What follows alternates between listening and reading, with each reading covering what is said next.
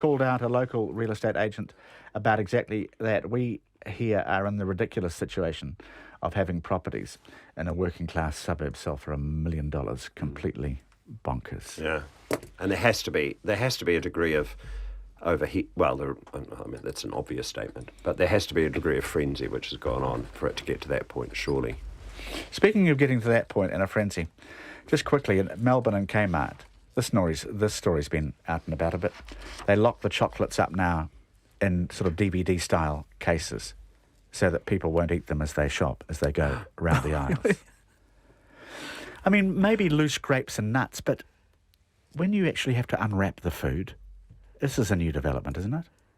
Yeah, I agree with you. I've got to say, shout out to the Countdown that do the free food for the kids. Shopping. That's fantastic. And it's not directly on point, but it's a fantastic initiative from them. But yeah, you say it's the bits and pieces. Not that we're advocating stealing loose grapes and nuts, but I mean, people have always done a vision of it. But this seems a departure from that. I'm sure at some stage I'm sure I've demolished a chocolate but handed in the wrapper at but checkout. that's fine. You're paying for it. You're paying for it? Yeah, done that.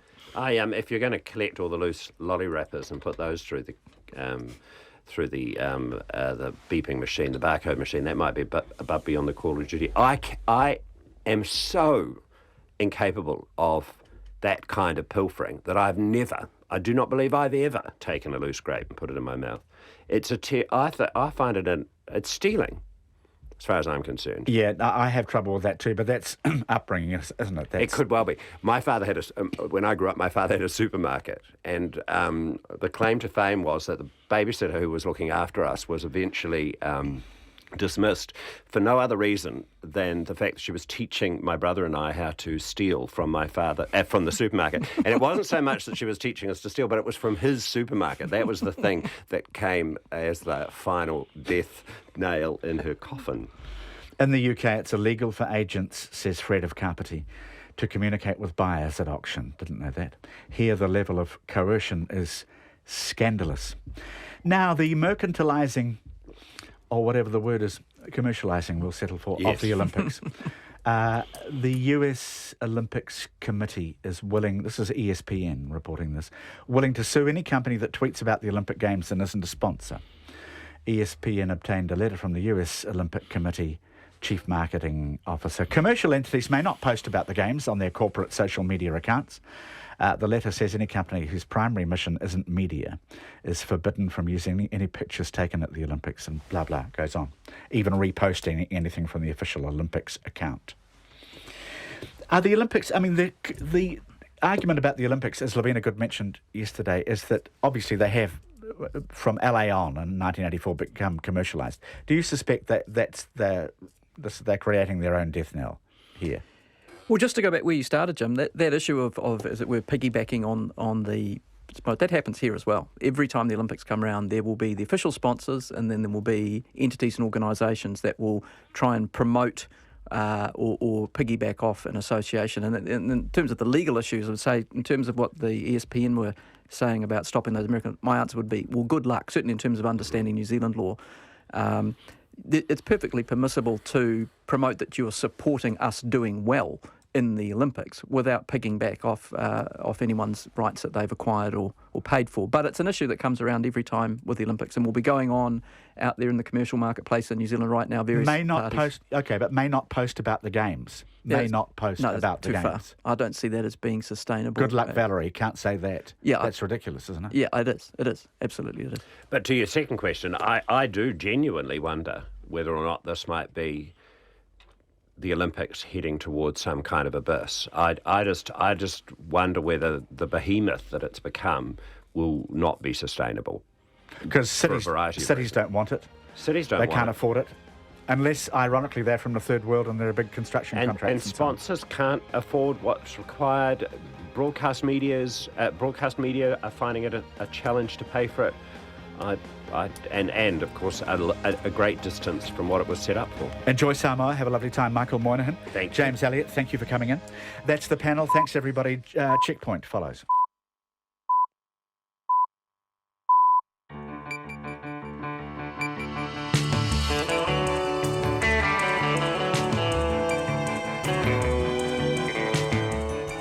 Kia ora everyone, I'm John Campbell, and on behalf of the excellent Checkpoint team, haere mai and welcome to Checkpoint on RNZ National.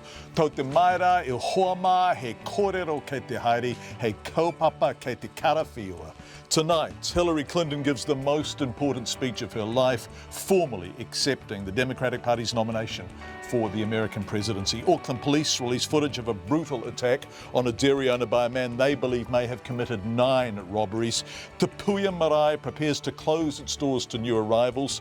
Taranaki's Len Lai Art Centre smashes visitor expectations, but while there's been way more people than they expected, is there enough Len Lai? Wellington Cats won't be chipped, getting racial bias out of policing, and Corey Jane talks matters of great importance. All of that and much more in the next 89 minutes. But first, Katrina Batten with RNZ News. Kia ora, good evening. Hillary Clinton has formally accepted the Democratic Party's nomination for the American presidency. She's been given a rapturous reception at the party's convention in Philadelphia this afternoon after being introduced by her daughter Chelsea. In her acceptance speech, she presented a sharply more upbeat view of the United States than her rival Donald Trump did last week, and even turned one of Ronald Reagan's signature phrases against Mr. Trump, saying he'd taken the Republican Party a long way from morning in America to midnight in America. She also took aim at big business. American corporations that have gotten so much from our country should be just as patriotic in return. Many of them are, but too many aren't. Hillary Clinton says if she's elected in November, the country's social security system will be expanded. The Australian Prime Minister has ruled out nominating Kevin Rudd to be the next UN Secretary-General. Malcolm Turnbull says he's decided the former Labour Prime Minister is not suitable for the job.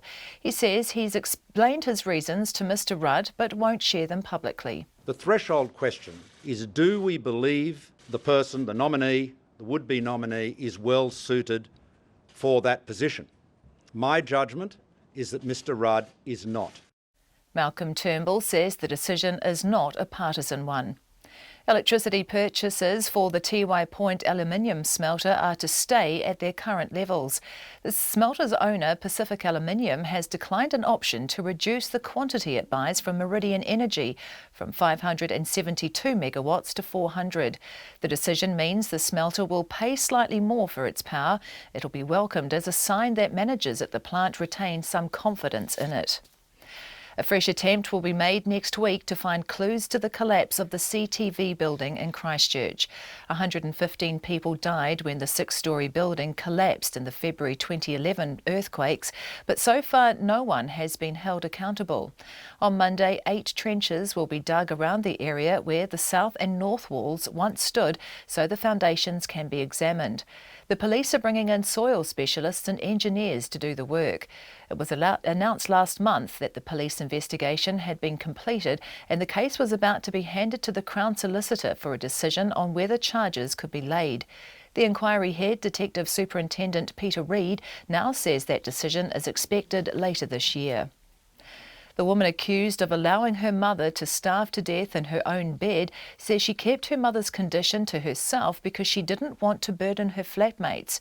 Cindy Taylor is accused of the manslaughter of her 76-year-old mother, Ina Dung, at her Manurewa home in January last year. Edward Gay reports from the High Court in Auckland. Cindy Taylor's flatmates Luana Taylor and Brian Taylor face the lesser charge of failing to protect Miss Dung, despite knowing she was in danger. Giving evidence in her own defence, Miss Taylor said she was working long hours only to come home to clean up after her mother, who would be lying in her own waste. Under cross-examination from Brian Taylor's lawyer, Louise Fryer, Cindy Taylor agreed that she kept her mother's thin condition from Brian and Luana Taylor. Ko Edward Gay tēnei atu I te ko te mātua. The police have arrested 4 men they say were trying to get drugs and tobacco into Hawke's Bay Regional Prison. Detective Sergeant Darren Pritchard says a prison officer patrolling the prison's outer perimeter last night came across the men in a vehicle on private property. 2 were quickly apprehended and the other 2 were caught a short time later. The police say they were found with packages containing tobacco, cannabis, methamphetamine and nicotine patches. To sport, and Valerie Adams coach Jean-Pierre Egger won't be travelling to Rio with her after suffering a knee injury while travelling to the recent Diamond League meeting in Monaco. The double Olympic champion shot putter's physiotherapist and a high-performance sport New Zealand representative will accompany her at the Games. The Highlanders are playing down the away-from-home factor ahead of their Super Rugby semi-final against the Lions in Johannesburg on Sunday morning. Their run to the title last year suggests they have every reason to be confident too. They won their last 2 games away from home last season, and coach Jamie Joseph can't see why it can't happen again. The reason we do that is because all teams tend to come together better when they're by themselves, away from, say, their families. And they have talked about the fact that, the Highlanders, the Land Army, which was huge in Wellington last year, it's only, 25 players here at the moment. So we'd like to think that does strengthen our resolve. Jamie Joseph. Lydia Ko will need a strong second round at the British Open if she's to make the weekend cut. The world number 1 is 1 shot outside the cut line after opening the tournament with a 2 over par 74. That puts her 12 shots off the leader, Miriam Lee, in a tie for 89th. Ko tees off in just over an hour. That's the news. Tonight on Nights, another instalment of Joe Strummer's music show London Calling. Like one of his songs, Country Life Goes Hunting. It's a grand slam, wild boar, stag, pheasant and trout. It's called the Tapuna Big Four. Adam Luxton talks about his film On an Unknown Beach, an exploration of ruins, both physical and psychological. And we have a Sonic Tonic dedicated to the sounds and songs of boxers on Nights with me, Brian Crump, after the news at 7 on RNZ National.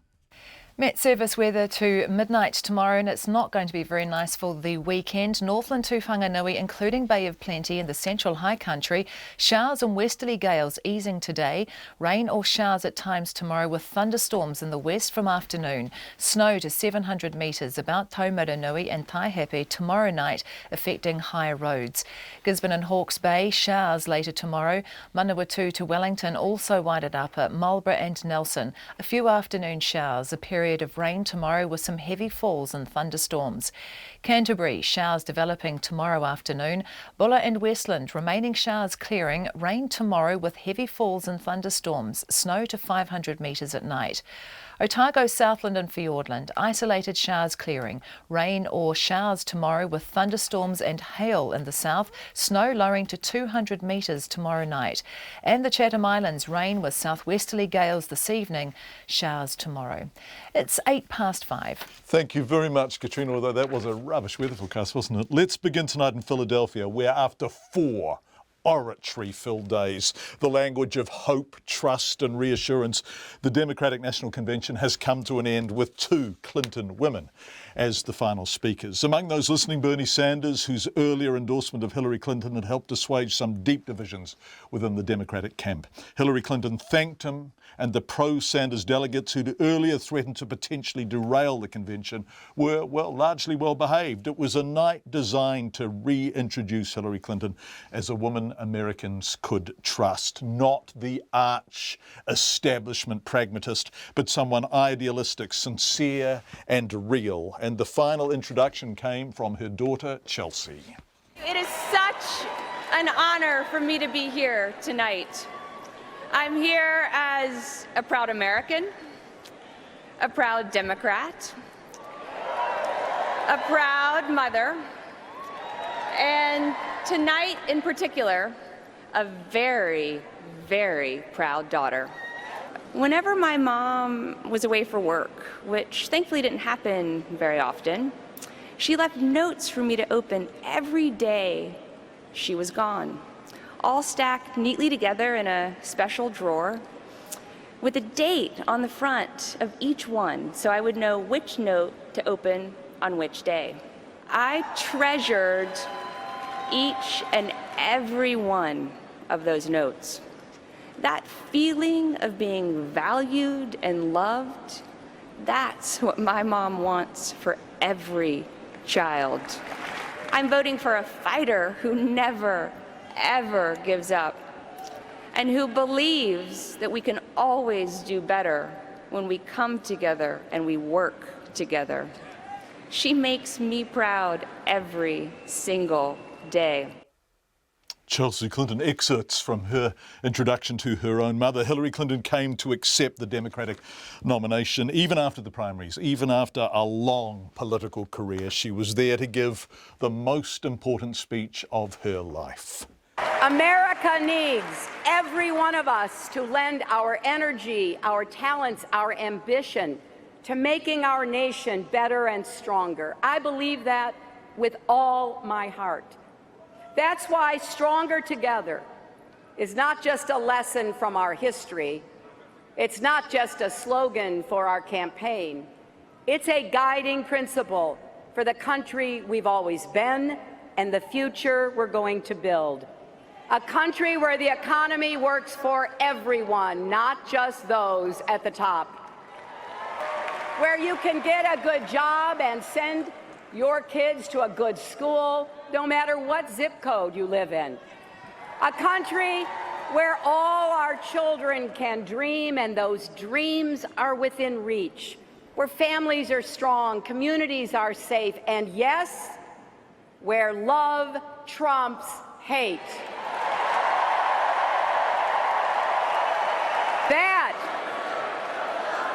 That's the country we're fighting for. That's the future we're working toward. And so, my friends, it is with humility, determination, and boundless confidence in America's promise that I accept your nomination for President of the United States.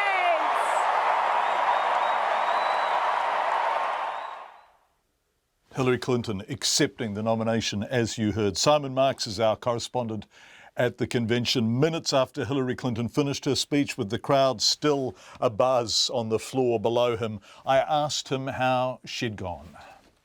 Well, they loved it here in the hall, but I think they were always going to love it here in the hall. It was a carefully crafted speech. She got some of the difficult stuff out of the way at the beginning. There was a brief inference about the difficulties that she'd had in her relationship with Bill Clinton up at the top, although she said after 45 years their relationship was still strong. And then she immediately addressed Bernie Sanders, directly thanking him for everything that he had done in an attempt, I think, to try and defuse the threat of interruption here on the floor during her speech from the Sanders supporters. Then she got on with the meat of it, accepting the Democratic Party's nomination, citing this as a historic moment. Of course, she becomes the first woman to go into a presidential election leading a major US political party.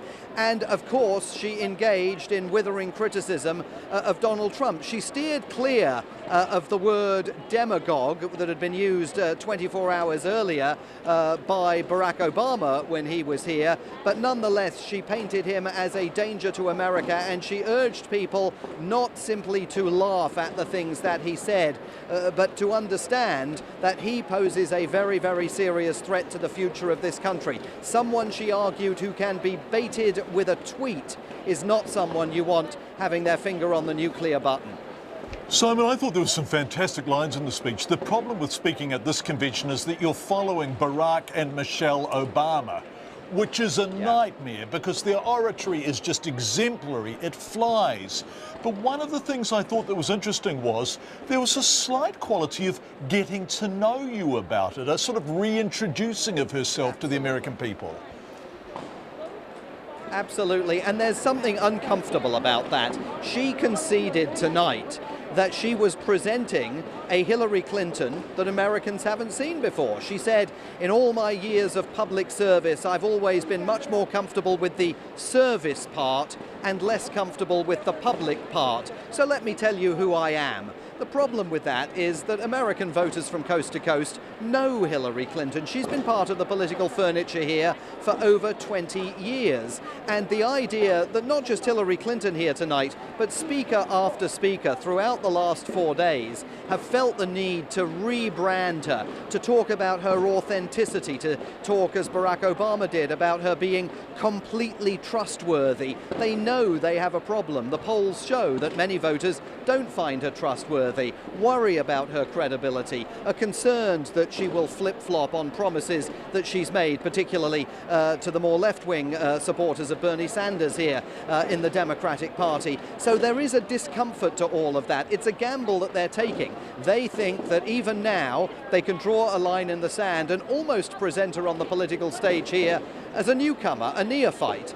That's a tough thing to bring off. We'll see whether they've managed to do it.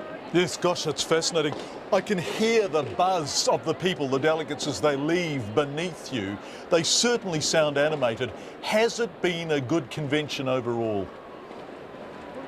Yes, I think it's been a remarkably well-produced and at times very carefully stage-managed convention in order to try and make sure that the Bernie Sanders supporters, the diehards, who really caused disruption here on Monday particularly, but also a little bit on Tuesday, were largely silenced and in some cases prevented from entering the arena. But look, if you compare what we've seen over this past week with what we saw in Cleveland a week ago, this is a party that was able to field a much deeper bench of speakers, even better musical acts. I mean, we've had Lenny Kravitz here, we had Katy Perry here tonight, we had Carole King. The Republicans didn't have anything like that last week in Cleveland, and they didn't have the deep bench of appearances by Republican leaders, by top-notch Republican politicians that the Democrats were able to launch here. And that's because Donald Trump remains a lightning rod. His bigoted rhetoric on the campaign trail,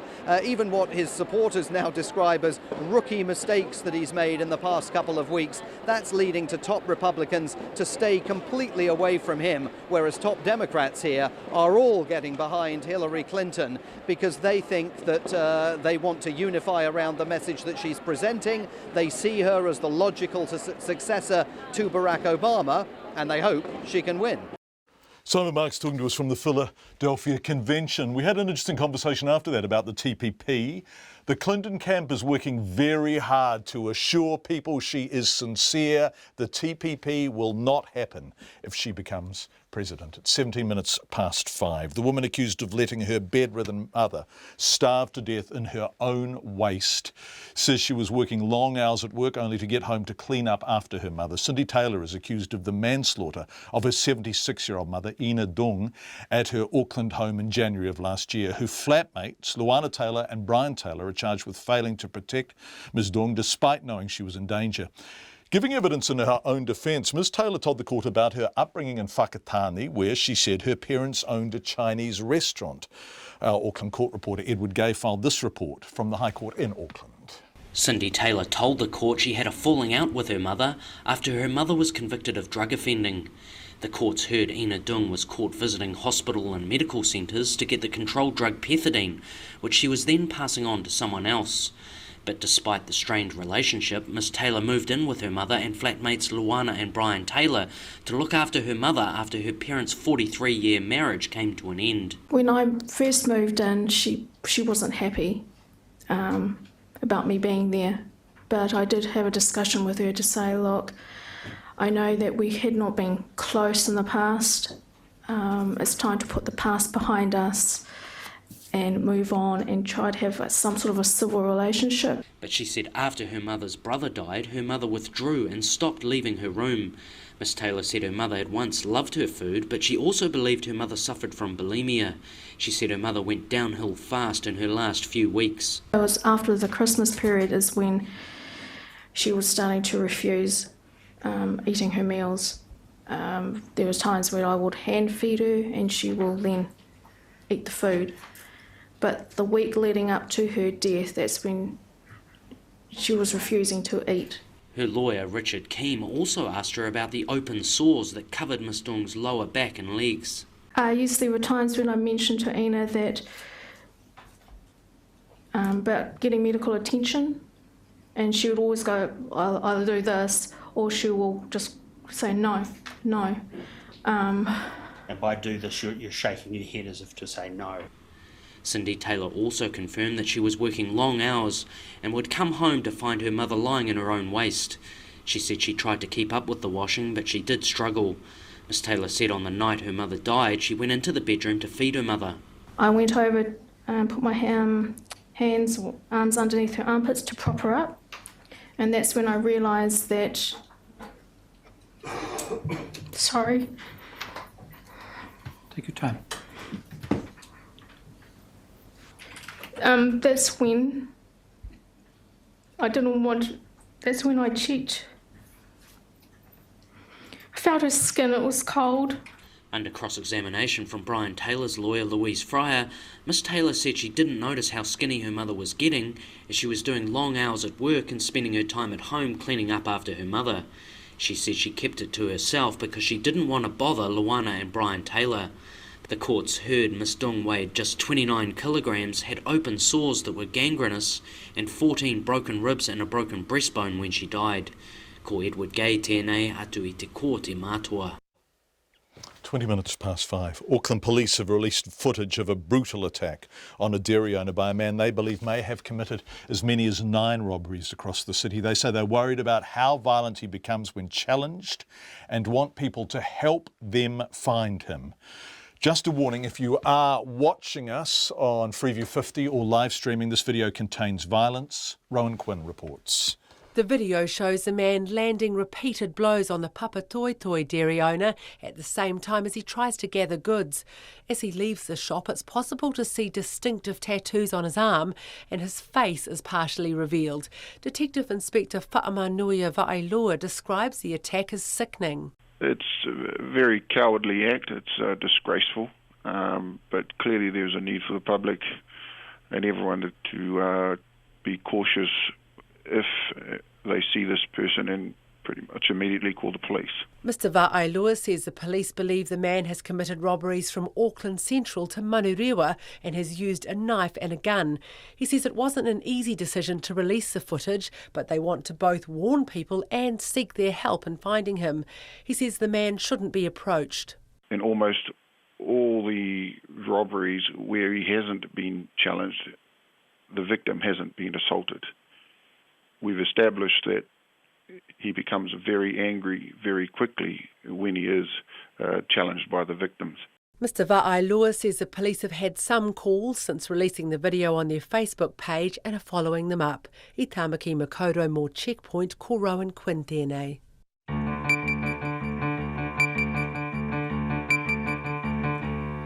Coming up on Checkpoint, Te Puia Marae prepares to close its doors to new arrivals. What next and what has happened over the past few months? We'll discuss it.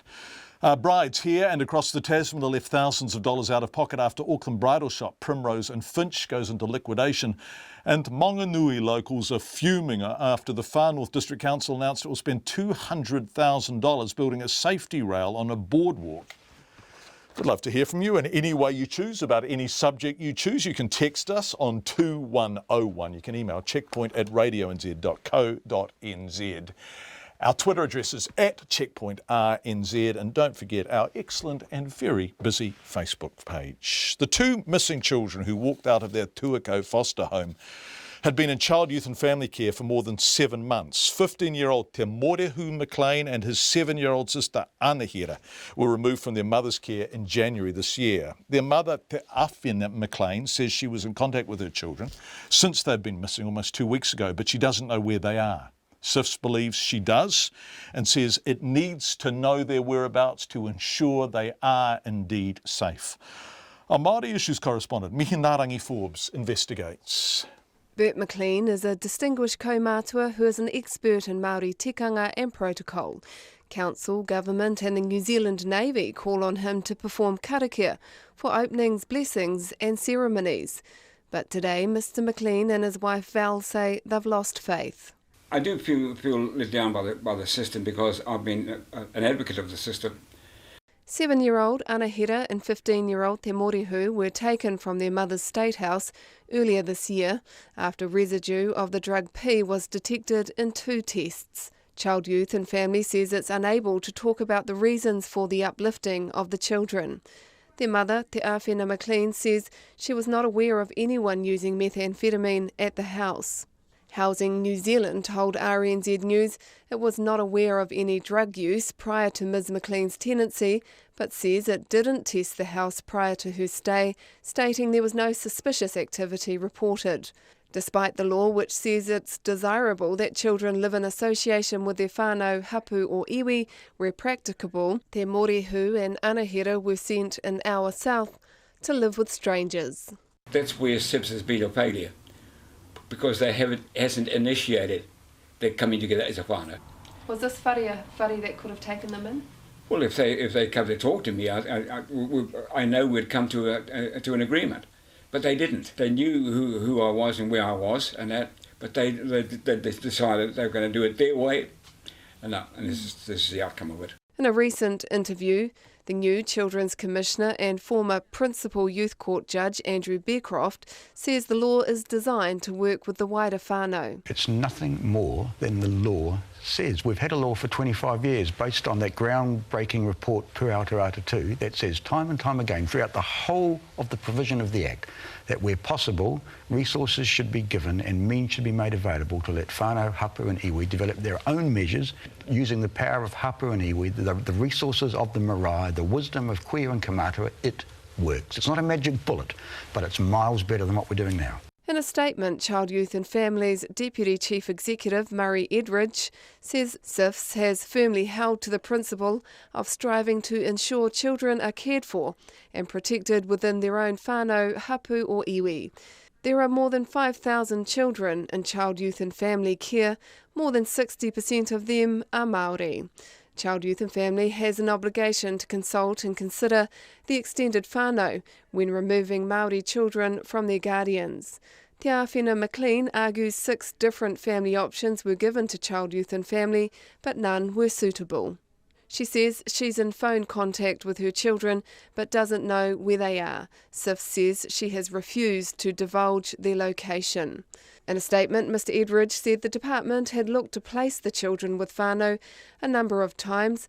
None of those placements had proved suitable for a variety of reasons. It had also engaged with Tūhoe Social Services. The children's mother, Te Āwhina, says she had been allowed to see the children just 1 hour each fortnight. But when the children went missing on Monday, July the 20th, she wasn't contacted by SIFS. I didn't hear from SIFS until Tuesday lunchtime. I rang him, I phoned him. Did you hear through the media? Yeah, I heard it on, my friends heard it, and then when I got back, and I seen on radio, heard it on the radio, on the news, everything. SIFS told RNZ News it didn't think it was appropriate for the details of the family's case to be played out publicly. But the children's grandfather, Bert McLean, says he's only doing so because he believes the right place for the children is home with him. For Checkpoint, Mihingarangi Forbes. RNZ has been following the story since Te Morihu and Anahira went missing. It's been a collaboration with TV3's The Hui, and you can see the full interviews on TV3 on Sunday morning at 9:30. It's 28 minutes past 5. One of the biggest days of your life and the most important dress for sure. But brides-to-be are up in arms after exclusive bridal wear store Primrose and Finch, which has outlets in Melbourne and Auckland, shut up shop without warning. Owners Kerry and Matthew Smith have disappeared without trace, taking thousands of dollars in deposits with them for bespoke wedding dresses that allegedly took months to finesse and then didn't appear. Checkpoint has also learnt today that Kerry and Matthew Smith were taken to the Tenancy Tribunal in March, owing thousands of dollars in rent arrears to their North Shore landlord. Dave Shremby in Melbourne is one of the people who is out of pocket. He's due to get married next month and his fiancée now has nothing to wear.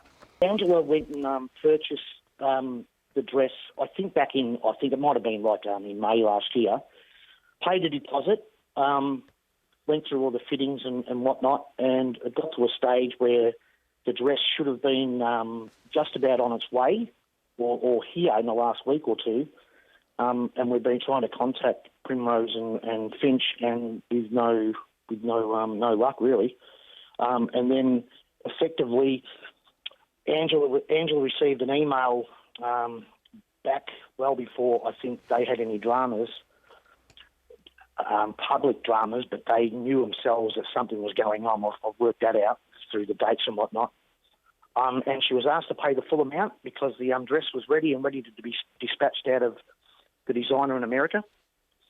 When the designer in America told us yesterday that Angela's dress has not been made, and it wasn't ready for dispatch, so she's basically asked for the money up front, and there was no dress So how much have you paid so far? $4,700. Which is a hell of a lot of money. And when is your wedding? When's the big day? 27th of August, John. Right. So, in fact... No dress. Yeah. And so you got no dress and you're almost $5,000 out of pocket. Correct. But we're not the only one in the boat, I don't think, John. There seems to be... I've actually started up a Facebook page and there's people coming out of the woolwork everywhere. Yeah. So what would you say to the Primrose and Finch people about not only your experience, but the experience of the other people you're hearing from? I would say you're very unreliable, dishonest business people that should never be allowed to run a business again in their lives. I mean, it's just what they've done. I'm presuming they've taken thousands upon thousands of dollars to people that are looking forward to their special one day of a lifetime event with someone that they cherish and love, and they're playing with people's heartfelt feelings. It's just the lowest act. Be like stealing a coffin from a funeral, to be honest with you. Dave Shremby talking from Melbourne. It is 29 minutes to 6.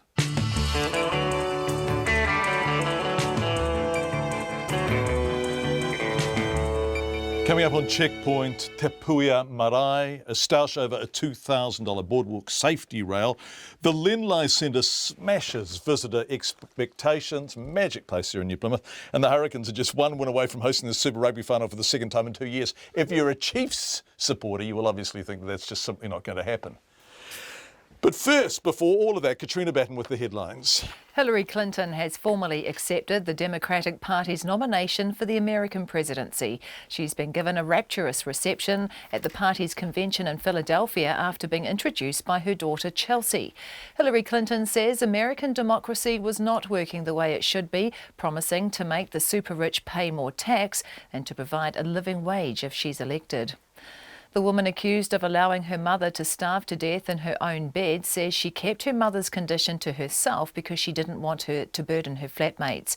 Cindy Taylor is accused of the manslaughter of her 76-year-old mother, Ina Dung, at her Manurewa home in January last year. Auckland police have released footage of a brutal attack on a dairy owner by a man they believe may have committed 9 robberies across the city. They say they're worried about how violent he becomes when challenged and want more people to help find him. A fresh attempt will be made next week to find clues of the collapse of the CTV building in Christchurch in the February 2011 earthquake, killing 115 people. The police are bringing in soil specialists and engineers to dig 8 trenches where the south and north walls once stood so the foundations can be examined. The Australian Prime Minister has ruled out nominating Kevin Rudd to be the next UN Secretary-General. Malcolm Turnbull says he's decided the former Labour Prime Minister is not suitable for the job. Electricity purchases for the Tiwai Point aluminium smelter are to stay at their current levels. The company's decision will be welcomed as a sign that managers at the plant retain some confidence in it. And couples are up in arms after an exclusive bridal wear boutique in Auckland shut up shop without warning, taking thousands of dollars in deposits with them. Primrose and Finch went into liquidation 2 days ago. Those are the headlines. I'll be back at 6 with more news, sport and weather. Thank you very much indeed, Katrina. We're going to Maunganui shortly and Te Puia Marae as well. But let's turn to business news now with our business editor, Giles Beckford, who is beaming in from Wellington. Giles, you've got a couple of bits of data that are usually kind of reliable indicators, aren't they, of where the economy's at? They give us a little indication, John, of the pulse of the economy. One of them was building consents. Now, this is, of course, quite topical at the moment, so that we get some idea about the level of activity that is in the pipeline. Building consents for July, the month of July, were up 16% on June, but more importantly, up 16% on the same month a year ago. So it shows there that finally we're starting to see some sort of lift in the building activity, residential building in particular, and that this is where we're going to start bridging that gap between the supply and the demand. More importantly, the business confidence survey out from the RNZ Bank this afternoon has shown that although it's come off a 6-month high, firms themselves are relatively upbeat about their own prospects and their own outlooks. They expect to see better profits. They're expecting to invest more money in their businesses. And overall, they see, for instance, that the construction industry is going to go really strong and will drive the economy. So 2 positive bits of data there. One little sour note one might detect there from Cameron Bagri, who's the chief economist at ANZ, and he just notes that there's a problem with rising debt levels in this country, almost as if we were trying to borrow and spend our way to growth rather than earn it.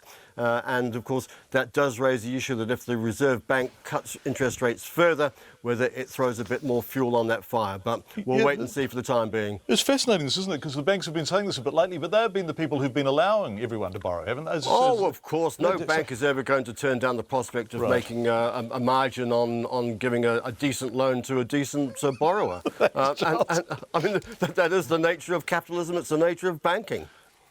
Right, and precisely that. In a nutshell. I mean, it's interesting that somebody like Dave Hisco, who's the chief executive of ANZ... Absolutely. He was on Checkpoint a couple of weeks ago. That's right, and should come out and start raising the flag, saying, let's just be careful here. And clearly that's going through a lot of people's minds, whether it's Reserve Bank, bankers or politicians. Right. What's on the agenda for next week, Charles? Well, I think it's always worth having a look forward. The big thing, I think, is Fonterra. Monday morning, we expect Fonterra to come out with an update on its milk payout forecast. The expectation is it will probably stick with $4.25 a kilo of milk solids. It's very early in the season, but there's certainly not very much in the way of the dairy auction so far to suggest that there's any reason to raise it. But perhaps we can also take some comfort that perhaps there's not too many reasons for it to lower it. And we'll also have wage and salary numbers, which will show that it's pretty benign out there for wage pressures. And that's why we're still working here and rattling a can, see if we can get a pay rise from somebody. Yeah. How do the markets end the week? Well, top 50 index on the shares. Gangbusters again, up 49 points at 7356. That's a record. Kiwi dollar, 70.9 US cents, 94.1 Australian. If you're headed to the Olympics, here's a little bit of useful consumer news. The New Zealand dollar will buy you 2.3 Brazilian reals, or to turn it the other way around, each Brazilian real is worth about 43 New Zealand cents. Enjoy the games. Yeah, thank you very much, Charles. Charles Beckford, our business editor, ending the week. On Sunday, the actual end of the week, Auckland's Te Puia Marae will close its doors to any new arrivals. The marae started taking in the city's homeless in May, of course, and in doing so, it found itself at the centre of a sudden national awareness of the issue of homelessness and the impact of the housing shortage on the poor. Te Puia received donations, some political flack, more donations, and more people coming to stay, including, as Marae Chairman Huri Moana Dennis told me a short time ago, what may be its final family, a mother and 3 children, earlier this week. Yeah, look, I'm up the line, come up here and staying with family in I think an already overcrowded situation. That got a bit much, so sort of bouncing around families, and before you know it, they sort of run out of places to go. So they came to us initially, but we couldn't take them because we had too many. And so they were in their car, I think, for about a night or two, and we ended up, she came back, we got her back in, and we moved her into the program. It was only after we moved a couple of our bigger families. So this has been another family with nowhere to go, moving round, homeless, and finally sleeping in a car. And then finally ending up in her car, John. And look, there's family around, but are they in a position to help? Most of them aren't. You know, coming to us is almost like the last of the last resort. So it's the kids that drive us, John, nothing else. Some of the parents and how they've ended up there have been self-initiated. That's the way they've made mistakes. But it's the kids that keep driving us, John. We look behind the parents and see a pair of eyes and hands. You know, some of these kids are looking around at the adults and saying to themselves, probably, hey, come on, you guys, you're the big people, get this bloody right. Why did you have to get this bloody right, Huri Moana? Why did you become the safety net for these families? Well, not just me, John.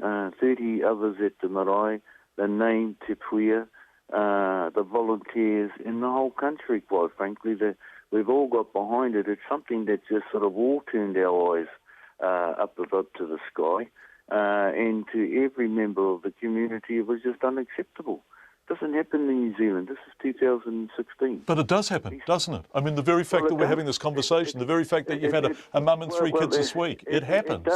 It does. We have to do some heavy lifting with some of the families, Sean, because it's not always a happy ending. And we have some kids there that really need our help, and yes, they're vulnerable. So we've still got some way to go yet. So Sunday we close our doors to any new whānau coming in. We'll deal respectfully with the ones that we've got. We've started the transition program and follow-up program in terms of our placements. The 26th of August, we won't be accepting any more donations or koha. The 31st of August, we will be having a closing karakia and ceremony. John, we know there's going to be a surplus of resources. It's koha and clothing and resources. What we are going to do, our Board of Trustees wants us to do, is to work with other other marae, other groups who also look after the homeless, and we will be sharing or giving a lot of these resources, whatever we've got left, to these groups. So we're working on that right now. We want the giving public koha and resources that they've given to us for the homeless to continue even after we're finished. Huri Moana Dennis from Te Puia Marae, the chairman of the Marae. Let's head north. If you've ever been to the picturesque, tiny little northland town of Monganui and its famous fish and chip shop out over the water there, delicious fish and chips, pretty expensive, just south of Cooper's Beach. You've probably strolled down the boardwalk along the waterfront there, and our guess is you didn't fall off. But the Far North District Council is about to spend $200,000 to make sure you don't. And the locals are fuming. This report from Lois Williams. In an apartment built over the water, right next to the Manganui 4 Square shop, lives Wayne Brown, the sometimes crusty but always forthright former mayor of the Far North. Back in 2008, the council built a charming boardwalk at Manganui with tasteful timber bollards out along the waterfront. Its resource consent said it had to have a safety rail to stop people falling into the sea. But Mr Brown and his council decided that was unnecessary. There's no fence proposed around the wharf, which has people fishing. There's no fence proposed between the rest of the harbour, and there's no similar fences in Whangarei or anywhere. So the council, led by Wayne Brown, passed a motion excusing itself from building a safety barrier on the boardwalk. And the council staff have been fretting about it ever since. It was not a good look, they thought, for the council to be enforcing resource consents while thumbing its own nose at the RMA and the Building Act. And the new council and the new mayor, John Carter, elected in 2013, agreed. We do have to uphold the law, and we will. The risk is if someone hurts themselves, falls off and hurts themselves, or indeed dies, then of course we're all liable. It's a offence punishable by jail. Actually. So it's you could go to jail if you don't build this. I'm not sure whether it's me or whether it's Colin, but it's a serious issue. But the council's decision to cave in and build a safety barrier has infuriated many Manganui people. More than 400 signed a petition urging the council to think again. They say a safety rail will not only spoil the look of the waterfront, it's simply unnecessary. Councillor Matty Radich says only one person's ever fallen off and drowned, and that was a hapless and inebriated pub patron many years ago. He says cities like Wellington don't fence off their waterfronts, and Manganui people think their town's being picked on by bureaucrats. They see, various other places around New Zealand that don't have those boardwalks. And during the Christmas time, there's thousands of people along the boardwalk there. No one drops into the water, and they just see that they've been targeted. Wayne Brown emphatically agrees. We had 5,000 people at the Monganui Festival this year, and 26 wineries were serving liquor, and nobody fell in. John Carter says there may be a way around the impasse. He suggested a safety net beneath the boardwalk, like the Sky Tower one, to catch anyone that falls off. The council's running that one past ministry officials to see if it would meet the requirements of the Building Act. Wayne Brown says it's another daft idea. The idea of a horizontal safety net, well, it'll be interesting to see how you get a fish up from that. The Monganui Primary School have fishing days down there regularly on that boardwalk, and they're mindful of the safety of their children. We don't raise people that are that sick. The council now has till the end of September to convince the Northland Regional Council it's making progress on the boardwalk bun fight or face possible prosecution. For Checkpoint, Lois Williams. Thank you, Lois. If you haven't been up there, it really is beautiful. Now, the Black Lives Matter movement in America has thrown light on the relationship between American police and black Americans, and in a sense that racial profiling sees black people more likely to be targeted, pulled over by police. Last year, New Zealand Police Commissioner Mike Bush admitted there was an unconscious bias within the police here, and Māori and Pacific people make up nearly 70% of the country's prison population. A Pacific Network whānau held yesterday in Auckland was attended by over 200 police officers and featured workshops to improve police interaction with Pacific communities. Will it all work? Mike Bush says they're determined to overcome any race bias in New Zealand policing, and Dara Stewart has more.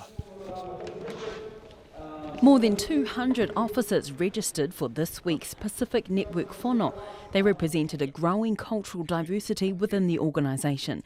Facilitator Sergeant Sonny Yosefo says things have come a long way since he joined. Personally, I experienced it back in police college back in '96, where I heard, fellow colleagues, talk about some racist jokes, and then I actually confronted that person. Tanya Van Uyen is one of only 4 Pacific women of senior sergeant rank in the organisation. She explains her experience of cultural challenges when she joined the police. My father's from Samoa and came over here earlier on, so I knew that the challenges and the struggles that he's had to break through some of the mindset changes in our country. When I applied, which is back in the early 90s, I secretly didn't tell my father because of the dawn raids, and so we had to get over those kind of cultural shocks. Early this month, multiple police officers were killed during a protest in Dallas in Texas over shootings by police of black men. Peter Stokes, the New Zealand Police's National Strategic Pacific Advisor, says they're working hard to prevent similar attitudes in New Zealand by interacting more with the community. It's that interaction that's actually created good relationships rather than isolating a community and not having a relationship at all, and then when the interaction occurs, it's normally a violent one overseas. That's the overseas experience. Many believe disproportionate numbers of African Americans in that country's prison population point to systemic racism. New Zealand statistics are similar, with Māori and Pacific Islanders making up nearly 70% of those in prison, while making up just over half the number of offenders. Polynesians are also overrepresented among the victims of crime. Mr. Yosefo says police hope to change that. Yeah, I think we just have to look at America for a lot of terms of we may end up, and if we can learn from those learnings and avoid what may possibly happen here in New Zealand, then we're better off. And so it's really, really important to close that gap and just to humanise the police, really. Mr. Yosefo was the star in a dance video featuring 8 other officers from County's Manukau Police, which recently went viral online. The video prompted responses from other police organisations around the world, including the Samoa Police Force and the New York Police Department. Sergeant Yosefo says the video helped to humanise the police. It's attracted a lot of viewers, hence why there's under 10 million views on one Facebook page alone. Comments have been really positive and just encouraging to know that we actually did something right. It was a bit of a risk, but we went for it, and it paid off. Mr. Stokes says new ethnic awareness programs will soon be delivered in every development training course in the organisation. The intention is to get people to be aware of the different cultures within the country, how they operate, and become knowledgeable and accepting of it, and to understand how people react, that sort of thing. So it's going to become a very important segment of all courses going forward. Whatever culture brings diversity, that is helpful for our organisation. We need that because we can, and I say this with respect, educate our fellow colleagues that are non-Pacific to be able to respond better to our family violence incidents, to our victims, to our offenders, so that we can keep New Zealand safe and be safe. Ethnic district coordinator roles are also being established around the country to help improve police relations with different communities. I tamaki makaurau mo te hōtaka o te ahi, ko Dara Stewart tēnei.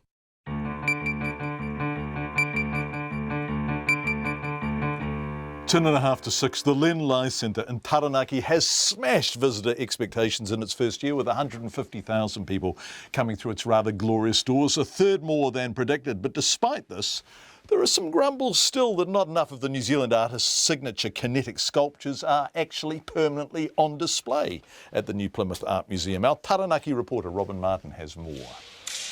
When the Len Lai Centre opened in July 2015, it featured a dramatic new 8-metre tall version of the sculpture Fountain, surrounded by 3 earlier versions of the piece.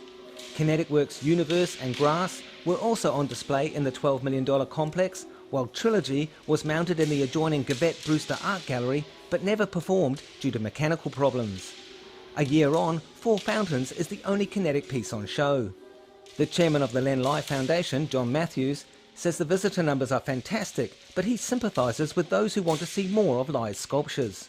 We're sensitive to that. That's the Len Lai Foundation. We agree with the people who visit and say, can we have some more kinetics? And they are available, and my understanding is that's going to be addressed. Mr Matthews says what is on display at any one time is a curatorial decision and out of the Foundation's hands. Former councillor Lance Girling-Butcher chaired the Len Lai Committee and is also disappointed more kinetic works are not on display. It's obviously causing some angst, and it was, I certainly personally expected to see more, but, you know, in that respect, we do have them on permanent display, but there do seem to be a lot that haven't been shown yet. Mr Girling-Butcher says the Centre's director Simon Rees has put on a fascinating program this year regardless. When you appoint a director, it's a bit like pointing the captain of the ship. He is the man who calls the tune, and I presume that Simon has some good arguments for the number that he's got on display. Simon Rees says the Centre aims to give expression to the full breadth of Len Lai's work, which includes film, photography and painting, as well as his kinetic sculptures. He says it's not realistic to have all 17 of Lai's existing sculptures on display at once. Well, the kinetics are machines, and like every machine, they need rest, they need repair, they need to be treated expertly and by experts. So at any one time, we can only have a certain number of things on show, while the other ones are being worked on behind the scenes. Mr Rees preferred to see any carping in a positive light. I don't see it as a criticism, I see it as an expression of public audiences' desires, actually. They've seen Len, they want even more, and we're going to find ways of giving it to them, even if we haven't done so in year one since opening. Visitors to the gallery this week were split on whether there was enough kinetic sculpture on show. Just now we saw his work with it, I think he called it Fountain. If that part was all, then I'm definitely willing to see more. I was expecting to see more sort of things like the fountain. There's always room to see more, but this is only one exhibition. Not enough of the Len Lai. You can only exhibit one or two of his things at once, really, because they need space and there's too much to absorb if you've got too many. I think it's incredible. In the coming weeks, 7 new versions of Len Lai's Wind Wand will be installed on the New Plymouth foreshore, and in September, a rebuilt and functioning Trilogy will take up residence at the Len Lai Centre. For Checkpoint, call Robin Martin Tierney. Well, it's Super Rugby semi-finals weekend. The Highlanders are in South Africa, of course, and tomorrow in Wellington, the Hurricanes v the Chiefs. Oh, what a game. Rugby reporter Joe Porter asked the Hurricanes winger Corey Jane whether Dane Coles, the inspirational hooker, will make his return this weekend. Oh, hopefully he plays. He was out here training with us for a bit today, so yeah, hopefully he plays. I mean, he's our captain. He's a hell of a player too, so if he doesn't play, it'll be a miss, but we've had guys that have filled a spot already this year, so we'll see what happens. That's been one of the hallmarks of the team this year, is that whoever does miss out on a spot, whoever takes their place has really stepped up. You look at the midfield, losing guys like Ma and Conrad last year, and they've been a real rotation this year, but everyone's played really well. Yeah, but I think it's the same with every New Zealand team this year. You look at the Chiefs, they change their team a lot, whether it's injuries or just rotating people, and it looks like they never skip a beat, and the Highlanders do the same kind of thing. So I think depth is good in New Zealand rugby at the moment. So it's important that if you lose somebody, someone comes in and it looks like nothing's changed. This match is pretty big. The Chiefs scraped past you last time. What's the key to beating them and getting on the right side of the ledger this time round? Yeah, I mean, last time they ripped us apart. Defensively, we let in a few easier tries, and they've got some great attacking players that can beat you one-on-one. But when they get it right as a team, they can also beat you that way. So we need to be smart. We need to put pressure on them, make our tackles, and swip it around when we got the ball. We need to take our opportunities because they're a tough team and they're going to be there the whole game as well. So it's important that we start from minute one and we do the job. And being able to prepare at home in Wellington ahead of this crunch game, that must be an advantage. A dollar each way. It's good being home and not having to travel, but then you've got the kids at home that really don't let me rest or sleep, where if you went and travelled, you'd probably get an afternoon nap in somewhere. So a dollar each way. And you're getting even less sleep at the moment. The kids are a bit crook. Yeah, kids have got chicken pox, so not happy campers at the moment. So it'll be good when that phase goes. Corey is a born and bred Wellingtonian who spent his career with the Hurricanes. How much would winning a maiden super title for them be, and how much would it mean to you? Oh, I mean the world, really. I've been here for a while now, and it hasn't really been until the last year or two that me being part of the Hurricanes that I really believe we can win it. I think in past, we've had the skill to go on and do it, but I don't think as a team we trusted each other and believed that we could. Where I think last year and especially this year, we believe we can win it. So, but it all starts by going out and performing well. And we've got Chiefs, and like I said, we lost to them during the year, and they're a tough team to play. So we need to go out there and do the business this Saturday, and see what happens after that. And Corey, on a lighter note, I saw some photos of Julian and Artie at the David Jones opening last night. Being a man who's interested in high fashion yourself, I would have thought you would have been in some of those shots. Nah, I mean, you get dropped from the All Blacks, no one cares about you anymore. Jules is a big showboater anyway, so he loves going to those kind of things and showing himself off and posing. He always does the Zoolander pose every. I don't know what happened there. Corey Jane, talking to Joe Porter. Delightful man, Corey Jane. 9 schools from around Aotearoa competed in the finals of the National Secondary School Kapahaka competition today. The winning group was Raukura from Rotorua Boys and Girls High School. Go Raukura. Te Manu Korahi reporter Shannon Haunui Thompson was there. These are the winners of Ngā Kapahaka Kura Tuarua o Aotearoa 2016.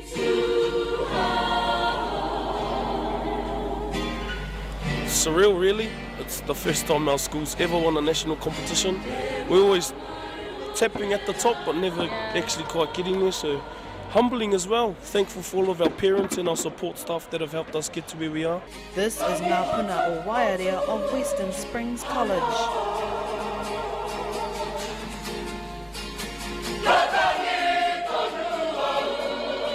One of the tutors of Ngā Puna o Waiarea, Pere Wihongi, says now it's over, it's time for a good rest.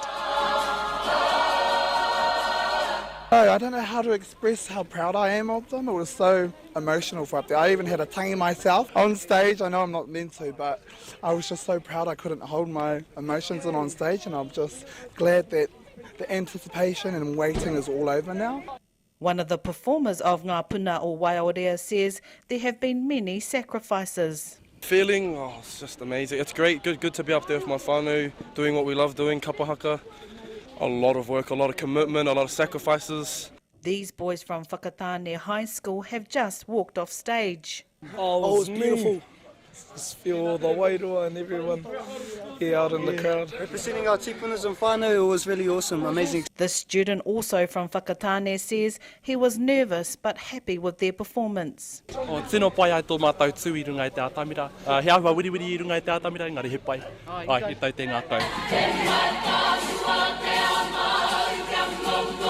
Max Martinga, a kaiako from Te Manawatahi, Kapahaka of the East Coast, says he's proud of his group's achievement, especially since they've only been performing for a year.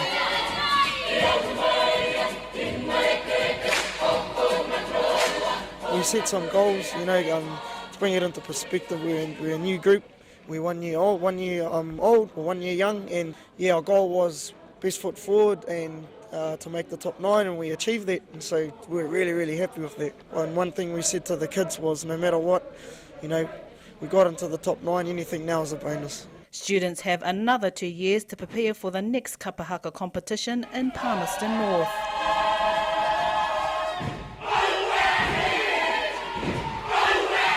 te mātaua Māui mo te hōtaka o te ahi, ko Shannon Honui Thompson tēnei.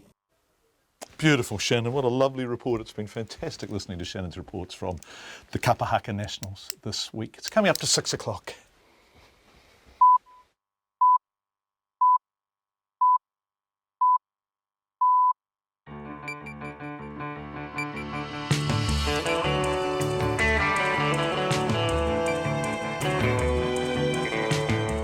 Just been told off by Katrina Batten for clicking my pen. Hold on, I'm just going to give it a bonus click. Welcome to Checkpoint. It's Friday night, which means we've got 2 cups of tea on the go in the studio. Thank you for being with us. Tonight, Hillary Clinton has made history by becoming the first female presidential candidate of a major political party in the United States. Public consultation ends today on ways to improve New Zealand's low rate of organ donation. Wellington's Cats are celebrating tonight. Well, they're not, are they? But their owners are, after news they won't be microchipped after all. And we speak to Northern farm worker Pete Roy, whose dog Max is not only his best friend, but actually saved his life. All of that and more. But first, the non-pen clicking. Katrina Batten with RNZ News. Ngā mihi nui, good evening. Hillary Clinton has told thousands of Democratic Party delegates the United States is at a moment of reckoning. Mrs. Clinton formally accepted the party's presidential nomination in Philadelphia today, and our correspondent Simon Marks was there for her speech. It was the speech of Hillary Clinton's lifetime, an opportunity to tell the delegates that yes, she will face off against Donald Trump this November. It is with humility, determination, and boundless confidence in America's promise that I accept your nomination for President of the United States. She said her primary job as president will be the creation of fresh opportunities for Americans of all backgrounds. And she insisted that unlike her opponent, she has a detailed, substantive plan to make it happen. Imagine him in the Oval Office facing a real crisis. A man you can bait with a tweet is not a man we can trust with nuclear weapons. But there was one rhetorical problem with the speech. Hillary Clinton all but conceded she's reinventing herself to voters that she said don't know what to make of me. That's a high-stakes gamble given her political career, and the party can only hope it pays off. Simon Marks with that report. Meanwhile, Russia says accusations Russian hackers leaked Democratic Party emails border on total stupidity and are motivated by anti-Russian sentiment. A Kremlin spokesman, Dmitry Peskov, has also rejected what Donald Trump now says was a sarcastic suggestion that Moscow should dig up Hillary Clinton's missing emails. The Republican Party presidential candidate yesterday invited Russia to unearth tens of thousands of emails from his political rival's time as Secretary of State. The number of crime victims has risen by just over 3% in a year, mainly because of burglaries. The Police Minister, Judith Collins, says that from next month the police will raise the priority levels of house break-in. Here's our political reporter, May Heron. Newly released figures show 12,000 more victims of crime in the 2015-16 year compared to the year before, a rise of 3.1%. 72% of the increase was due to burglaries. Judith Collins says the police remain committed to improving burglary resolution rates and reducing the number of burglaries. She says from next month, house break-ins will move from the volume crime category to the priority offence category. Ms Collins says a new way of gathering statistics focused on victims provides more open and transparent information and brings New Zealand's data into line with other countries. From Parliament, May Heron. An exclusive bridal wear boutique's decision to close without warning has left customers stranded and out of pocket. Primrose and Finch, which has outlets in Melbourne and Auckland, went into liquidation 2 days ago. Owners Kerry and Matthew Smith have disappeared without trace, taking with them thousands of dollars in deposits for bespoke wedding dresses.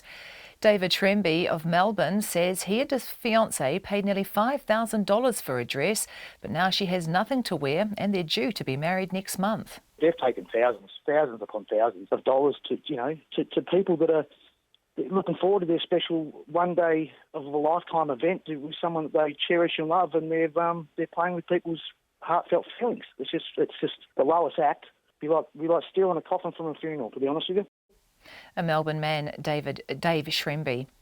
A former French Prime Minister has conceded France's nuclear testing in French Polynesia has had an impact on the environment and people's health. Alain Juppé was Prime Minister from 1995 to 1997. Jamie Tahana reports. Mr Juppé is considering a bid for the French presidency next year, and during a visit to Tahiti this week, he met with several of the territory's anti-nuclear organisations. After a 2-hour meeting, Mr Juppé emerged to say the assertion France held until 2009 that the nuclear testing was clean is wrong, and he acknowledged their significant impact on the environment and people's health. Mr Juppé, the current mayor of Bordeaux, says that if he is elected in 2017, he will modify compensation laws to allow more people to claim for the effects of nuclear radiation. Only 19 people have ever received compensation from France. This is Jamie Tahana. A post-mortem on a body found after a Christchurch house fire has been completed, but the person's identity is still unknown. The house in the suburb of Woolston was extensively damaged in the early hours of Wednesday. 2 people escaped from the house during the fire, but a body was later found in a self-contained flat thought to have been vacant. The police say further forensic examination is required to establish the man's identity. To sport, and the Chiefs coach Dave Rennie says the Hurricanes will struggle to dominate its scrum time in the way they did at their last outing. The 2 sides meet in Wellington tomorrow night for the first Super Rugby semi-final. The Hurricanes completely dominated the Chiefs scrum the last time they met, but Rennie says his side's scrum is back to its best. We barred up really well against Crusaders. Reds have had a pretty dominant scrum. We probably bettered them there and had the better of the Stormers scrum on the weekend. So I've got to have a lot of confidence in our set piece. You know, our line-out's been going really well as well. So Barnes and Hofty done a great job there. Dave Rennie, good luck. New Zealand Rugby League playmaker Kieran Foran has all but played his last NRL game for the Parramatta Eels. Parramatta coach Brad Arthur has confirmed he's asked for a release from the club. Foran has battled mental health problems as well as a season-ending shoulder injury this year. The 26-year-old has already been linked to a move to the Canterbury Bulldogs. And the Black Caps head into day 2 of their first cricket test against Zimbabwe, trailing the hosts by 132 runs. With all 10 wickets in hand. Zimbabwe were dismissed for 164 in their first innings at Bulawayo. Openers Martin Guptill and Tom Latham will resume the batting when play gets underway later tonight. That's the news. Tomorrow morning we'll examine the methamphetamine problem. Matt Norths wants to change the punitive approach. When a man becomes a woman, transitions after years of marriage and children, what happens to their relationships? A short movie called Same But Different explores that, and I'll talk to the transitioner, Byron Skinner. And Shane P. Carter shares some musical influences. Join me tomorrow morning from 8 on RNZ National. Met Service weather to midnight tomorrow. It's really bad. Northland to Whanganui, including Bay of Plenty in the central high country. Showers and westerly gales easing today. Rain or showers at times tomorrow with thunderstorms in the west from afternoon. Snow to 700 metres about Taumaranui and Taihape tomorrow night, affecting higher roads. Gisborne and Hawke's Bay, showers later tomorrow. Manawatu to Wellington also whited up at Marlborough and Nelson. A few afternoon showers, a period of rain tomorrow with some heavy falls and thunderstorms. Canterbury, showers developing tomorrow afternoon. Bulla and Westland, remaining showers clearing. Rain tomorrow with heavy falls and thunderstorms. Stop looking at me. Snow to 500 metres at night. Otago, Southland and Fiordland, isolated showers clearing. Rain or showers tomorrow with thunderstorms and hail in the south. Stop it. Snow lowering to 200 metres tomorrow night. And the Chatham Islands, rain with southwesterly gales this evening, showers tomorrow. And I'm sorry for laughing through that. It's your fault. I was just trying to work out whether you were being sarcastic when you were wishing Dave Rennie good luck. He's the Chiefs coach. We're Hurricanes fans. I am being very sarcastic. Oh, God, that's all very, right. very sarcastic. Oh, then may the best team win. I Yes. don't really mean that. Not really. Thanks, Katrina. Have a wonderful weekend. You too. Hillary Clinton has made history by becoming the first female presidential candidate of a major political party in the United States. Her speech on the final day at the Democratic National Convention in Philadelphia gave her a chance to make her case for why she should become the country's next leader. This report from the BBC's Kim Gattas.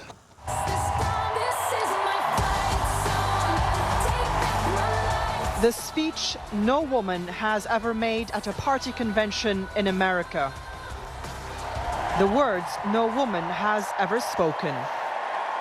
And so, my friends, it is with humility, determination, and boundless confidence in America's promise that I accept your nomination for President of the United States. History in the US and a series of firsts.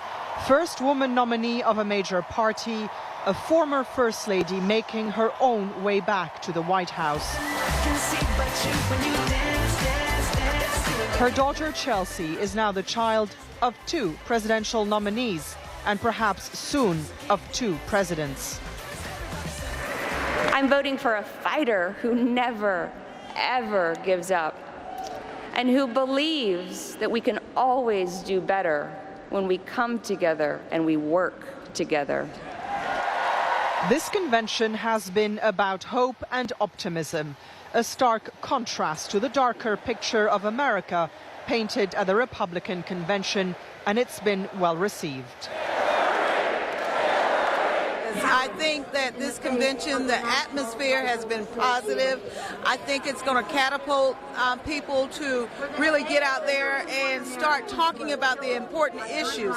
We are stronger together, and that's beyond party.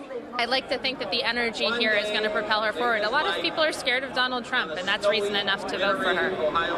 From City Council. So the Democrats are united against Donald Trump, but to win, Hillary Clinton also has to sell voters on her vision, and hard work lies ahead. My primary mission as president will be to create more opportunity and more good jobs with rising wages right here in the United States. They report from the BBC. Public consultation ends today on ways to improve New Zealand's low rates of organ donation. Despite hitting an 18-year high, New Zealand still lags way behind Australia and the UK in donation rates, with both those countries seeing significant increases after reforming their approaches in 2008. Proponents say large-scale reform is needed here, but the government says it's a matter of tweaking people's views of a sensitive subject. Emile Donovan reports. When Katie Tukey was born 14 years ago, her father, Andy Tukey, was told she'd be dead within a year unless she had a liver transplant. Then the doctor said, don't worry, because with a liver transplant she will have a 97% chance of living to an old age, a normal life. And I thought, oh, great. And then I came home and I looked it up and I thought, well, yes, that's correct. But her chances of getting one were pretty much nil. Mr. Tukey's experience prompted him to start up Give Life, a lobby group for organ donation reform in New Zealand, where demand for organ transplants vastly outstrips supply. Between 600 and 700 people are on the waiting list for kidney transplants, with dozens more waiting for lung, liver and heart transplants. But New Zealand's rate of donation is low, nearly half that of the United Kingdom and nearly a quarter of the world leaders, Spain. To try to boost donor numbers, the Ministry of Health earlier this year began a review of organ donation practices. Public submissions closed today, and the Health Minister, Jonathan Coleman, says there's a clear way forward. Essentially, it's around changing the culture around organ donation, having a coherent and cohesive national strategy, making the information on the driver's licence more readily available, but really importantly, encouraging people to have those conversations with family. Currently, driver's licences are the only way people can declare they want to donate their organs, but a deceased person's family can override that at any time. And they do. The Ministry of Health says about 55% of eligible donors' families stop organs being donated. Andy Tukey says there needs to be a change in the way doctors approach families. They've been asked at the worst possible time because there's no preconditioning and possibly because there's no organ donor register or any way of families knowing really what their loved ones' wishes were. So I think their default position is to say no. It's almost like reflex action. A doctor from Wellington Hospital's intensive care unit, Chris Pointer, agrees, saying he thinks specialised, trained teams could help doctors with a difficult and rare conversation. All of those processes, all of those difficulties, they become easier when you've got passionate people who are present around to help solve those problems. It's exhausting. Organ donation is exhausting, not just for families but for staff. Support which can come in from the outside, I think is a valuable thing to do. The UK and Australia have both introduced donor registers, which allow people to opt in to becoming donors in addition to the declaration on their driver's licences. The policy has been effective. In Australia, 93% of registered donors' families allow their organs to be used. Jonathan Coleman has ruled out a register, saying there's no proof it improves donation rates, but Andy Tukey says it makes life easier for both families and doctors. It makes it easier for the families and it makes it easier for the doctors. Instead of just giving the family the decision when they don't know those person's wishes, some pressure is taken off them and the doctors can refer to it instead of just saying, hey, it's your decision. Katie Tukey never got her liver transplant and lived, but she was lucky. Her father says it's inevitable she'll need one soon, and how long she'll have to wait could depend on the outcomes of the report. Further information will be provided to the Minister of Health later this year. For Checkpoint, Ko Emile Donovan Tene. Wellington's cats won't be chipped in the City Council's proposed animal control bylaw, and with a curfew off the table, they'll be able to roam the city all night long. The Council's recommendation stops short of compulsory microchipping, but call for all cats to be identifiable within 18 months. This comes after a fractious debate which divided cat fanciers and conservationists. Environment Committee hearings were marked by heckling, and in one case a man presented councillors with a photoshopped image of a cat hunting Gareth Morgan. Goodness gracious, our local government reporter Michael Kropp filed this report. Meet Lenny Kropp. He's not microchipped, and in that clip, having a conversation with my mum about what he wants for breakfast. If he were to live in Wellington, very little in his life would have to change. He'd still be allowed out at night, and my mum would be allowed to hoard cats. And that's disappointed some people. Jeff Simmons from the think tank The Morgan Foundation says the council should have gone further to protect native wildlife from the city's estimated 20 to 30,000 domestic cats. Microchipping is the only reliable way of identifying cats. Collars can come off.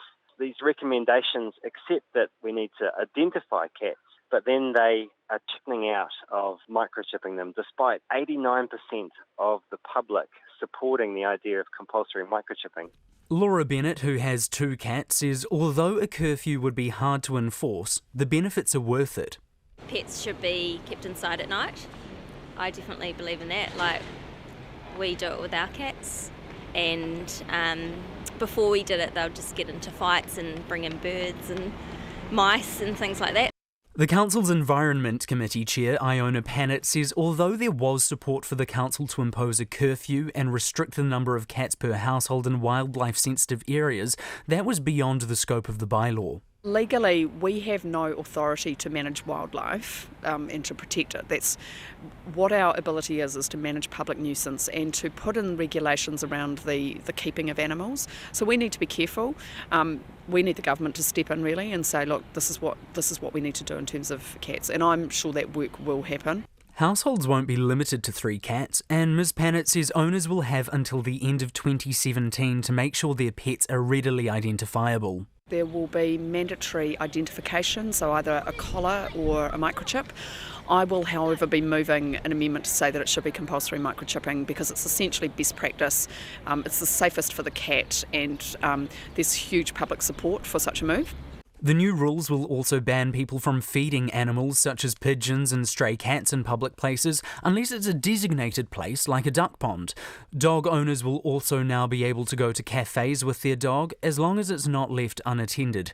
Off-leash exercise areas will be expanded, and if funding is approved, the council will add more fences, poo bag dispensers and rubbish bins in the areas.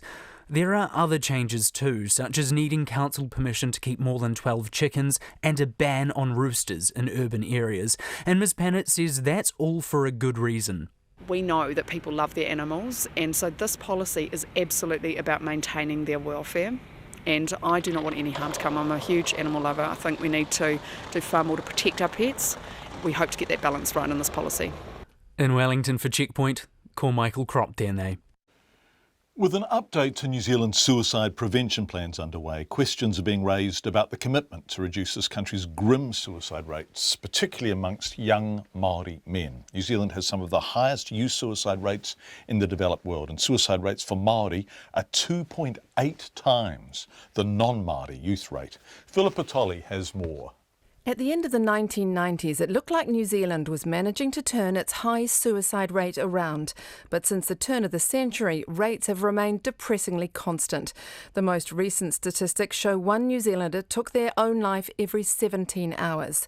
The local chair of the Royal Australian and New Zealand College of Psychiatrists is Mark Lawrence, who works as a consultant for the Bay of Plenty District Health Board. Speaking personally, Dr. Lawrence wonders whether the fact that young Māori men have the highest rates of suicide influences how much attention the tragic problem is given. I mean, I've always had this thought, if the suicide rates for, say, non-Māori were twice as they were for Māori, would the government, or would there be greater intervention if the majority of the population were dying at greater frequency? Waka Haurua is a program already existing under the Suicide Prevention Plan, and it focuses on helping Māori and Pacifica communities. Heading that effort for Pacifica is Lava, based in South Auckland. Its chief executive, Monique Faliafa, says they're funding communities to develop their own strategies. And while Dr. Faliafa says suicide rates are still unacceptably high, some progress is being made, such as a new willingness to speak about suicide. What I can see and hear and feel in Pacifica communities is a sense of readiness to address the situation. So whilst that might seem like, oh God, we haven't come far, actually that tapu, sacred area of talking about suicide now is on the table to discuss. The Suicide Prevention Manager at Lifeline, Kate Goodward, runs classes to help organisations develop the skills to support people who may be heading towards a crisis point. After a day training, she spoke about how the focus is on the community to make a real difference. But she says in turn, there's a need for support and training to help people deal with what is often behind an individual's distress. The frontline services, they find funding for good quality training, for example, workforce development, really difficult to attain. There will be other people out there in distress who will not get the sort of help that they need because we're all about saving money and not saving lives. The Director of Mental Health, John Crawshaw, says officials are now working on what he calls a new framework, but it's still under development. But after spending well over 10 years working with those affected by suicide, Dr. Crawshaw says his contact with that overwhelming grief keeps driving him to find solutions. I know that it's just not about numbers, it's about real people whose lives have been seriously adversely affected. Just labelling it as suicide doesn't actually cut the mustard. We know that we can make real differences, and we know that to do that now we have to engage the community. Government can only do so much in this space. Whatever the final shape of new plans, Dr. Crawshaw says suicide prevention efforts will continue. For Checkpoint, ko Philippa Tolley tēnei. This is a big issue in New Zealand, and you can hear more about the drive to reduce the country's suicide rates on Inside, which is after the 8 o'clock news here on RNZ National on Sunday morning. This is an amazing story. Northern farm worker Pete Roy and his dog Max, who's not only his best friend but actually his lifesaver. Pete's bowel burst as he was getting ready to saddle up his horse, and he sent his hunt-away collie Max to get help. Pete joins us on the phone now from the very far north. Welcome to the program, Pete, and I'm delighted you're alive and well, and that's due to Max, right? So your bowel burst, where were you when this happened? I was at my little batch on property I own up in the far north in Kaitaia, and I got up early in the morning and I was going to go and saddle my horse up and head out the back blocks. I went to open up a gate, turned around in horrific pain. Ooh. Just happened in a second. And then I realised I was in real trouble, and I managed to crawl across to the paddock, which is not far from my batch. And I had my dog with me, Max, which I've had for quite a long time. He's a hunt-away cross with Border Collie, and he's been such a good friend to me and my partner, Angela. And he noticed the sweat, what was pouring out of me, which would be the poison. And then I managed to get from the paddock up into my batch. When I laid in the batch, I knew I was in real trouble and I couldn't get reception on my phone. So he laid with me real gentle and started licking me all over my face. Good boy. And he could taste all the poison, I think, and he started howling and that, and I knew I was in trouble. And with no reception on the phone, I thought, well, the only thing I could do is say, get away back, go to Angie, get away back, which is a term we use on the farms on our dogs. And he did. He took off at 100 mile an hour, and then he came back twice. And I thought, oh, well, and then he went again after panicking and howling a bit on my bed and looking out the window, hoping that Angela would be not far away. So he shot off again, and he came back with the little dog, which is a fox terrier, crossed with collie, and he brought her down. And I looked out the corner of my eye, and Roxy tried to run back out the door, but he stamped on her with his paws. And by then he put her back on the couch, chucked her up, sort of herded her with his nose, and hopped back on the couch and started howling and lifting up the cane curtain, looking out the window at the gates, which he thought my partner, Angela Collins, would be not far away. So he did that, and then luckily she wasn't far away, and a man had called in. And then by that time he went to ring the ambulance, but Angela was on her way, and he met her halfway. And then he kept howling and licking a bit of blood and sweat, and he knew I was in trouble. And I didn't know what was going on, so I could taste the blood in my mouth coming up into my throat, which I knew that my lungs were still working. And I tried to keep my legs straight, but under nerves tried to go into that Oh, baby. crouch style, like birth, like a baby. Yeah. So I managed to keep my legs out straight, and then I sort of seen a bit of, I don't know what that was, white mist in my batch, but I don't know to this day what that was. And then Max kept howling and making sure she'd stay in the house because he knew that Angela would not be far away because he's gone up there before, see? But he was very, very gentle. He wouldn't let Roxy out of the batch. So he kept watching the gate, and then Angela and this man came in, and then he settled down, but he wouldn't let the man come anywhere near the bed, but he'd let Ange come to the bed. And then the ambulance turned up, and he was gentle as with them for some reason. He knew they were going to help me.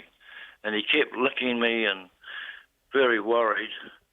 And then they got me in the ambulance and said that if I had saddled up my horse and headed out the back blocks, I would have died instantly. And if Max had not, I mean, this is an extraordinary story. I mean, you're speaking to us live. For people who are listening, this is a live interview with Pete. So if Max hadn't done that, and if Ange had just gone off and done some stuff, some chores, or gone into town to do some shopping or something, what would have happened to you? Well, the ambulance said to me that I was in shock because my jaw started going and I could taste blood and all that. And I didn't realise my bowel had burst, which is common at my age for especially a lot of farmers because they lift a lot. Yeah. And they said I probably would have died within an hour to 3 hours, but probably an hour. How the hell? I mean, you say Max was licking you and he obviously tasted, I mean, you know, that this was an unusual taste and that Max at some level knew and you were distressed and Max at some level knew. But the notion that he would work repeatedly to get Angela down there and then be really gentle and encouraging and welcoming when the ambulance officers arrived, it's a great story, isn't it? Yeah, it is. He went up there 3 times and Ange was doing housework and she sent him on his way. But the third time... She knew? Yeah, he grabbed a little dog and herded her down the driveway and then ran along the main highway back to my place because he knew that she would be right behind him. Amazing. So how are you now, Pete? How's your health? Oh, feeling all right. You know, I get a reversal done in about 6 months on my bag and that no cancer or anything. All it was my bowel had burst. Yeah, just a bit too much heavy lifting over the years. Yeah, heavy lifting and things like that. And what did you give Max a bone or something? What did you do to Max once you got out of hospital and recovered well enough to say thank you? We went and got Kentucky Fried Chicken. He deserved that. Yeah. Yeah. With a coleslaw and a bit of gravy and some Kentucky Fried Chicken. Did he eat the coleslaw? I'm interested in that. Did dogs eat coleslaw? Yeah, he did. Good and he boy. ate the mashed potato. Good boy. Can you tell Max? Good boy from us. Huh? Yeah, good. That's a great way to end our week, Pete. Thanks for talking to us. Can you I just say something? Thanks to St John's Ambulance Service in the far north in Kaitaia and a man named Graham, I'd like to thank. You just did. And my partner Angela. Okay, and Max. Thanks, Pete. Lovely. What a wonderful way to end the week. We're going to say farewell to Natasha Frost. She's the second youngest member of our team. She's off to study journalism at Columbia University. How exciting is that? The rest of us, though, will be back here on Monday at 5 o'clock, including those excellent people in the control team. We're going to show you a shot of them now. Look at them. We'll all be back on Monday. Thank you so much for being with us. Have a great weekend. RNZ News headlines at 6:30. Hillary Clinton has told voters the presidential election is a moment of reckoning as she made history by accepting the Democratic nomination. The Australian Prime Minister has declined to nominate Kevin Rudd to be the next UN Secretary-General.